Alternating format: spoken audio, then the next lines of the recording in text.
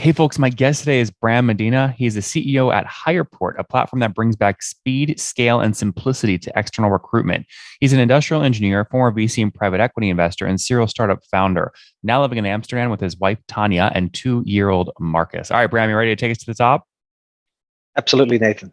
Okay, let's jump in here. So, who's paying for Hireport today, and how are they using you? Yes, it's a mix of companies. I would say it's startups, scale-ups, and also smaller corporates today. The model is very simple. It's 100% no cure, no pay. That's what most companies know in the external recruitment business. So we decided to offer them something they understand already. On top of that, there will be layers with SaaS solutions. So there's additional services that have a monthly subscription. So let's talk about the SaaS first. What are people paying like per month? What's the fee they're paying per month? What they get? Yeah, it depends on the kind of integrations that they want. We have applicant tracking system integrations today for mid-sized companies and smaller startups. That would be about 99 euros a month. And for larger companies that would, for example, use Workday or SAP SuccessFactors, those are applicant tracking systems for enterprises. They would pay around 500 euros a month. So the SaaS fee is dependent on the level of integrations they want, whether it's a startup tool or an enterprise tool. 100%. That's it. I see. Okay, very cool. And so, and if you split down your total revenue, what percent would you say is coming from SaaS versus other? We'll just call it other revenue. Yeah. Currently, it's a small percentage from SaaS. It's about 10%. Okay. But we expect that to grow really rapidly. The biggest part of the recurring business is actual placements taking place on the platform. Now let's talk about that, right? The success, right? So how do you charge when you successfully place a candidate? Yeah, there's a fixed fee that we charge. So when there's, for example, a senior engineer that's placed at one of our companies on the platform, there's a fee that's around 16,000 euros. And small part of that lands with us, transaction fee, and most of that fee goes to the actual recruiter who made that placement. The recruiters are the heroes on our platform, and I think today maybe there's not a lot of people who really love the external recruiters anymore. We do. We filter out the best ones, and we give them a podium to be able to deliver at the best companies in Europe right now. 16,000 euros, about 20,000 USD. What percent of that 20,000 success fee will the recruiter typically get? Over 80%. 80 or 18? 80. 80. Wow. Okay. So I mean, we're talking like 16,000, something like that. So is the rest, the other 20% goes directly to you? Yeah, the other percentage goes to us. That's what we live from. So that's the most important revenue driver right now, which is supported by the SaaS subscriptions. I see. Interesting model. So basically, every candidate you place, you're going to make 4,000 USD or something like 3,000 euros per placement. Yeah, that's okay. It. Give me some sort of history here. When did you launch the business? What year? Yeah, we launched it 2020, really a few months after COVID hit. So this is something that we always wanted to do. I've been active in many industries, but I rolled into recruitment by accident years ago. We had our own agency, so we have 4 years, 5 actually, years of experience in this business, but we always operated in a model that didn't scale. So it was high quality what we did, but you just had to put more people on the payroll to scale. And it doesn't work anymore. These days you see in the platform economy that people need a exponential solution to the problems, not a linear one. So we decided to bundle all the forces of all these small independent players that are there everywhere and put it all together, give them a platform to be able to deliver to the most interesting companies. Then you have something that scales instantly. Oh, what's going on there, YouTube? Good to see you guys. Now imagine this. You love watching these interviews with SaaS founders, but imagine if we took all of the valuation data out from over 2,807 interviews I've done manually. Saves you a lot of time. Well, we've done this. We've built it into the beautiful interface inside of FounderPath. Check this out. I'll show you how you can access this in a second, but you log in, you connect your Stripe account, you see your valuation real time, you can see what it changed over the past 88 days, and even set goals for valuation this year. Now, the secret to valuation is there's many different ways to value a SaaS business. So the reason you're going to see 3 or 4 different valuations inside of your FounderPath dashboard, this is all free by the way, is because depending on who's doing the buying of your SaaS company, you're going to get a different valuation. A VC is going to pay a different valuation. Private equity firm is different. If you're going to do a minority sale, that's different. And if you sell the whole business, that's a different valuation. You can see all those when I hover over here. Right, so the teal is what a VC would pay, yellow is what private equity, and red is if you sold the whole thing outright. Now, what's cool about this is not built off random data. Again, you guys hear these interviews on YouTube. All these data are built from real-time valuation data points founders share with us on the show. So Traction, 1.2 million, seed round, 3.7 raise. They sold 22% of their business. Go in here and filter by the event. Maybe you only want to see companies that have sold the whole business. Well, here are a bunch that have been acquired, the valuation and the multiple. Maybe you're going out right now and you're raising your seed round. Well, go in here and look at all this recent seed deals that went down, what they raised, what valuation they raised at, and what percent that they sold. There's never been a larger data set of SaaS valuations than what you can get now inside of FounderPath, and we're thrilled to bring it to you. All right, we're going to go back to the YouTube video here in a second, but if you want to check this tool out, if you want to jump in and sign up, you can check it out for free to get your valuation at this link, founderpath.com/products/valuations. Or if you go to founderpath.com and hover over products, click on get your valuation here and go ahead and sign up to give it a whirl. Again, all that valuation data live right inside the platform. I hope to see you there. All right, let's jump back into the interview. So what you're saying is you had troubles recruiting at your agency, and you said there needs to be a solution for this, and then you built scratching your own itch effectively. Exactly. The amount of people on your payroll just limits how scalable your solution is. And most companies would call us and say, listen, I need a team of 10 engineers and I need them within 2 months. That is not something that any agency can easily can do. That's only something that you can do when you bundle all the forces of a lot of players and you instantly make that available. Mm-hmm. Talk to me a bit about the agency. So what was the agency doing? Yeah, the agency was helping companies find tech talent for permanent employment. Oh, it was also doing recruiting. Okay, so you weren't recruiting for yourself, but you were having problems recruiting for other people in an agency model. Yes, exactly that. And then we run into this ceiling, that made us see that the only way to do this is to use technology to unlock all that power and take away all the pains. So when did you launch the agency? That shift. When did you launch the agency? The agency we launched in 2016. 2016. Okay. And up right until 2019, so the year before you launched HirePort, how much total revenue did the agency do? How big were you able to grow it? There was a number of millions of euros. Okay, millions, and I guess translate that to number of candidates placed in 2019 via the agency. In 19, that's a good one. Or your best year. How many did you place in your best year? Yeah, I think it would look at about 70 placements a year. 70 placements. Okay. And were you, so if you're doing millions of euros of revenue off 70 placements, you're not making only 4K per placement. You were really a traditional recruiter back then, charging big placement fees. Yes, you would get the full placement fee, but you would also have the people on the payroll and all those extra costs, of course. Oh, I see. Interesting. Okay. So you then pivot in 2019 into 2020 to HirePort. Do you shut down the agency completely, or do you transfer the talent over? No, we shut it down. Okay. Why not sell it? I mean, you're doing 3 million or 4 million in revenue. Why not go try and sell it? Yeah, I think that the most interesting thing to sell, is the client relationships. And actually, some of those clients we brought with us to the new platform. So you always have this cold start problem, let's say, to get things running, right? And this really helped us to straight away have a number of paying customers that wanted to join, that believed in what we wanted to achieve. And we also already had a network with other recruiters at other agencies. So we had kind of a good starting point. And that really helped us get things going.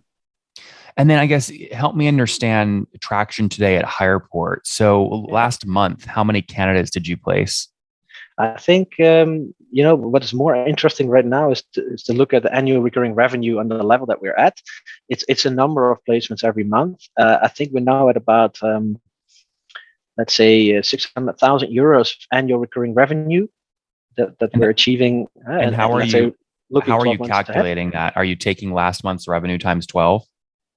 No, I'm in this case, I'm taking this month's expected revenue times 12 because we already have placements in the books and we see that more is coming. But okay, let's be more specific. Both of those, though, are a projection, right? You're guessing how much you're going to do this month, and then you're multiplying by 12. Those are both huge assumptions. I want to give you credit for what you've already done. So last month, what was total revenue run rate? Yeah. Let's see. Last month was 16K.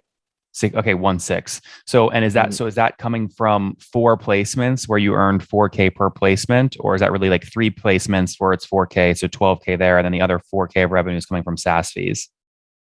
Yeah, no, this is 4 placements and going up, and the SaaS part is really small at this point in time.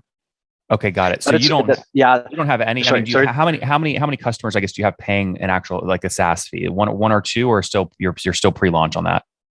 No, we have 1 or 2 actually. We have one, let's say, signed contract, one coming up. So this is an integration applicant tracking system of Greenhouse, and we have a number of other applicant tracking systems like Recruitee is very popular here. We have people running on Home Run, Workday, SAP SuccessFactors. These are ATS systems that we developed API connections with right now. Got it. And those 4 placements that you placed last month, was that all into one company, or how many unique companies did you place those in? Those were 4 companies. 4 separate. Okay, interesting. So how many, I mean, what are like the measurements you care about? Is it number of placements per month or per year? Or is it number of unique companies that hire at least one person through your platform? Is it number of recruiters that make $1 through the marketplace? What is it? Yeah, I think the most important things for us is the amount of interesting jobs that are on the platform and the amount of highly skilled recruiters that are on the platform. Those two you want to match. With the current infrastructure and team that we have, we can do 10 times, 15 times the revenue that we do right now. It's super scalable. So once you have a company on the platform, we now have companies like Grand Vision is a client of ours. They have one role, very happy with what we did. They want another role, they expand. So it's a super scalable model in that sense. Mm-hmm. How many recruiters are on the platform today? Right now, there is 104 recruiters on the platform. And that is growing hand in hand with companies. How do you define on the platform? Getting 1 million recruiters, but if no one's actually hiring anybody, right, that doesn't do you any good. So how do you define on the platform? Yeah, that means that we have screened someone for an hour and they came through that screening with a positive outcome. They've been given access and they can actually see what is happening on HirePort. That is the potential power on the recruiter side. Then also we measure, of course, how large the percentages of people that are active, that log in every week and check out the vacancies and actually propose people. Those are different metrics. It's very high, actually. So right now, let's say amount of recruiters that are active from those 104 is over 60%. And the amount of recruiters proposing is around 30%. And that is already with the size that we are today, which is relatively small. There's 30 companies that are on the platform right now, with on average 2 to 3 vacancies. So between, let's say, 70 and 100 vacancies, jobs. So, but that can scale really quick. Okay, got it. So 30 companies with an average of 2 vacancies, 104 recruiters trying to help those 30 companies. That's the marketplace model. How many of the 104 recruiters have placed at least one candidate successfully? That'd be around 10. 10, yeah. Right, so serious power laws here, obviously, right? You've got your top 10 recruiters doing most of the business. Yeah, they're definitely recruiters that have made several placements indeed. And yeah, that is an interesting metric to see. And how many since launch? How many total candidates have you placed to date?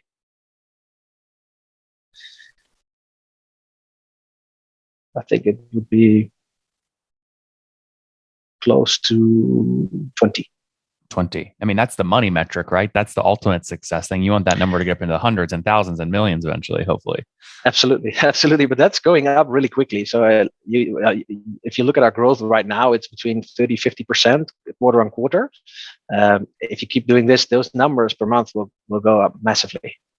Well, yeah, but it's really easy to go from 1 candidate place to 2 and call it 100% growth, right? So that's true. But from 4 to 8, you know that as a VC private equity guy. Come on, you've sip pitch decks where founders try and throw you for it and say 300% growth, but they went from $1 to $3.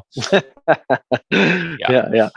No, 100% true. Okay, fair enough. So, and just to be clear, so $16,000 sort of in monthly recurring revenue, or not recurring really, but monthly revenue last month. Where were you exactly a year ago? Were you totally pre-revenue?